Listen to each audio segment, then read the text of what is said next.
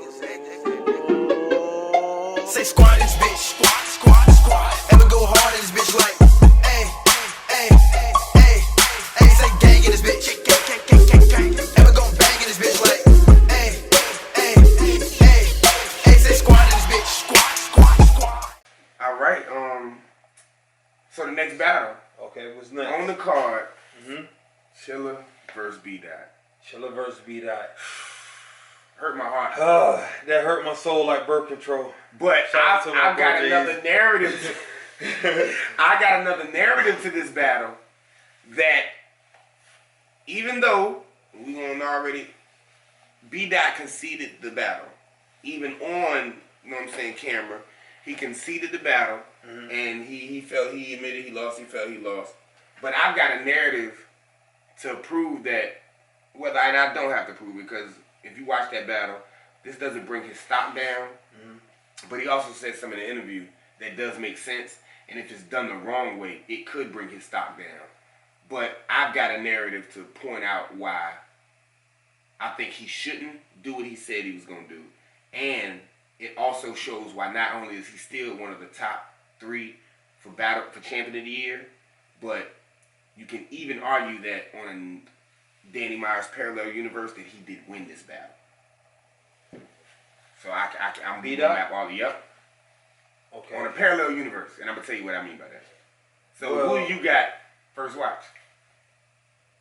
Say first watch and second watch.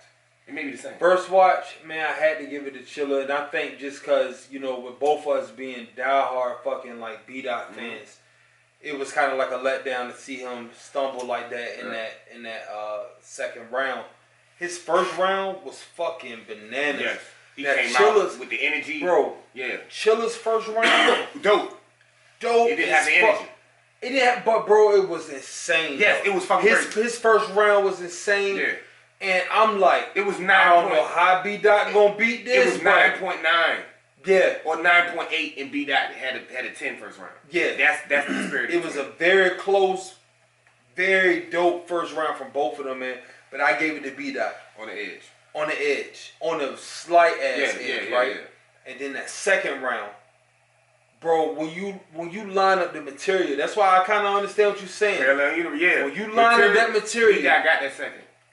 And Bdot stumbled, not choked. Even though it was a little time, it was he a little got choppy. it back and he finished it. And he did it twice, but he got it back and finished. I even said while I was watching it, if he didn't stumble the second time, I would argue why he got that second round, because material was so much better. Yeah, the pocket was so much better. Than Chilla shit? I think Chilla was a 9, maybe a 9.5. I think material-wise, Bdot was another 10. But with the stumbles, it brought him down to a 9.4, 9.3. You know what I'm saying? It was just a hard one to call. It was cringy. It's like, bro, it was cringy. Because it hurt like, nah, please don't fuck up. Because halfway through the second, I was already giving him the win for the second. Yeah. And then when he started choking, I was like, when he started stumbling, I was like, oh, it hurt me. I'm like, no, just get it back. And the longer it took, I'm like, damn, I can't give it to him. Then he came back, I'm like, hold on. Then all of a sudden, he's choked again, he stumbled again, I'm like, oh, fuck. Come on, Bdot. But like he said, though, he fought like a soldier. Yeah. Bdot fought like a soldier. I can't do it. And the thing about it, if he would have did what Rum Nitty did versus K-Shine, he was so frustrated by that his energy dropped after it dropped a little lower after each stumble. And then I think it impacted his third because, and we're going to talk about that, but Chilla's third was so fucking crazy that he had even less energy in the third. He kind of was picking it up, but it was like, man, stop making us think you lost. You know what I'm saying? So Chilla second. I guess, man. How do you rate Chilla second? I feel like all 3 of Chilla rounds were like you say, man, at least a 9.8 and better, and they were all flush. Like they were so good that either one of them had no room for mistakes, and the mistakes cost Bdot. It cost Bdot that second, man. Yeah. By default, it cost him that second. And you know how niggas made that argument that like if you choke, you lose the round. In most cases, I think you said this before, bro. Maybe off camera. You was like, you know, it's kind of like boxing where, you know, like if you get knocked down, you know, you lose like the 2 points.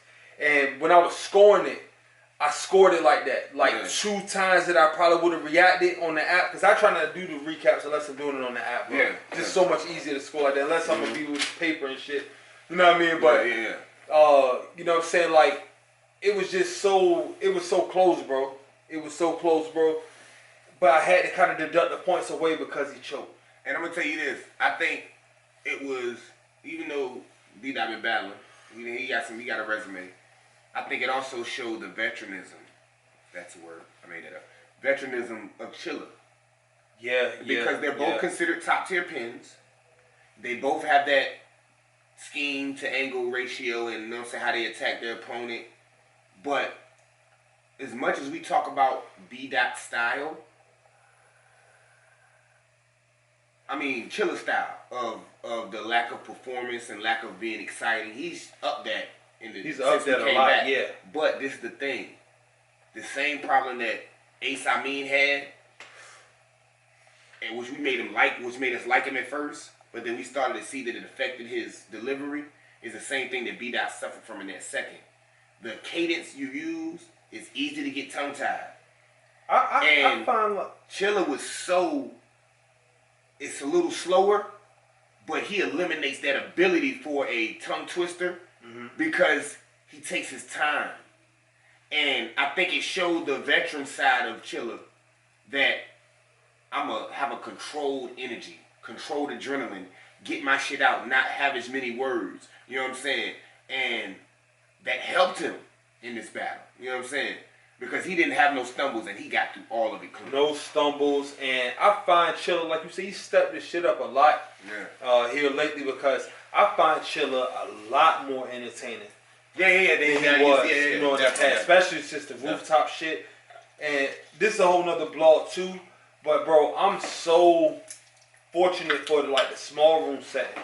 I always I love it. like the small. My favorite event that I threw. I mean, I love a balance. I would love if we have when we get back to the big stages and in the rooms. I want it to be more of a balance. If you're gonna have an event every 2 months,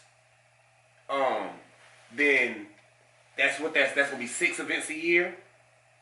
If we have an event every 2 months, I think or every other month. Every other month. Smacking them gonna be every month though. Well, yeah, okay, let's say they have 12. The caffeine machine. I want 6 big stage battles and 6 small room battles. Because don't wear the big stage out, you know what I'm saying? And it's some battlers, and Bdot already said it. Once we get back to the big rooms, we're not going to see him anymore. He likes that small. Chilla brought it up in the battle. He wants that setting. So it's a lot of battle rappers, the Kid Chaoses, that he might be versatile, but we haven't seen him on the big stage yet. But the Kid Chaoses, the JCs, the Chillas, the Sagas, the Jada Nightwings, the Bdots, in these small settings, they are perfect for it. That's what I think was the difference in the second rounds, and how I seen how the cadence of Chilla allows him to never stumble. And I think the cadence of Bdot makes it more likely for a stumble, but he's so fine-tuned with his delivery, it rarely happens. So when it happened, it by default, you have to give it, as far as battle-wise, to Chilla. But I think material-wise, if he would have got through all that without the stumbles, I would have gave that to Bdot. So Bdot, that was the separation. Bdot would have won that round because he won the first. He would have gotten the battle if he didn't stumble, which why I said earlier, that parallel universe of, it's crazy because if we judge material, you can judge this 2 ways. On just the material, Bdot won this battle 2-1. And possibly a 3-0. But, and a slight edge on the gentleman's, real gentleman. So, bro. Because I think the only thing that lacked in the third, Chilla had a dope third. Well, no. Let me take that back. I forgot. Chilla third was just fucking crazy. The way he presented the angle and the way he just read Bdot, I think that was the clear round, and I think that was the clearest round of the battle. The third, Chilla's third was amazing. Chilla's second was dope as fuck too. Yeah, it was dope, but I think there was a slight edge of material. Bdot's material was better, but I think that's the round that Chilla got because of the stumbles. By default, he got that round, and now we into this third. This was one of the best. And I even like this better than the third that Saga had for Bdot. But man, the way he broke down Bdot from the talking about Holmesy's mental issues, and he basically addressed what he considered a hypocrite part of Bdot, to the point where I was watching the battle questioning. Like, he started it off with the what's going on, I think, in Rwanda or whatever country he named in Africa. That shit was so, it was put together so well. Okay. To the point that it even made me look at it like, hold on. Damn, is Bdot a hypocrite? Like, it was so well, it made you question. And I think it was very well, like, delivered and put together, but it didn't make me question. It wasn't like... I mean, it was so good. Like, it was amazing to me. And it was borderline on the same way that Saga was the first one to bring up the football thing and that whole angle. Like, that was the first time I seen somebody have an angle on Bdot that I was like, oh wow. You know what I'm saying? So that angle that Chilla brought on that third, the whole construct, the way it was constructed, everything, the layers in it, the scheme, everything in that third was God tier for me watching Chilla. And I think it kind of showed it, because Bdot third, his energy wasn't there. Like, he looked like he was defeated. He looked like he wanted to hurry get the battle over, because he was so frustrated in the second. You know what I'm saying? I think that's another thing that a lot of veterans know, that they able to do that. I think Bdot, this first time he ever had, I think one of the first times he ever had to go through this. So sometimes when you get punched in the face, you can't show that you got punched in the face. You know what I'm saying? So, man. That was like the one battle that I don't know if I finished scoring that joint. Mm-hmm. That was a hard one to score, man. I might have edged it, man.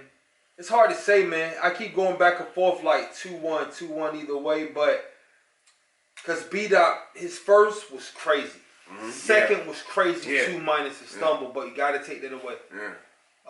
And Chilla's third, 2 was crazy, man. So I might have gave the second and third to Chilla, bro, but I ain't mad at either. Yeah, I gave the second, third to Chilla. Yeah, I gave the second, third to Chilla. And Bdot is in my top 5 battle rappers right now. You know what I'm saying? I think this is why I say this further creates the point I've been saying. How dope does Bdot have to be, and how much better than 90% of these niggas out now than Bdot has to be for him to stumble bad twice? Well, I say 1.5. Argue the run. Yeah, and people want to still argue his route off material. Say squat this bitch, squat.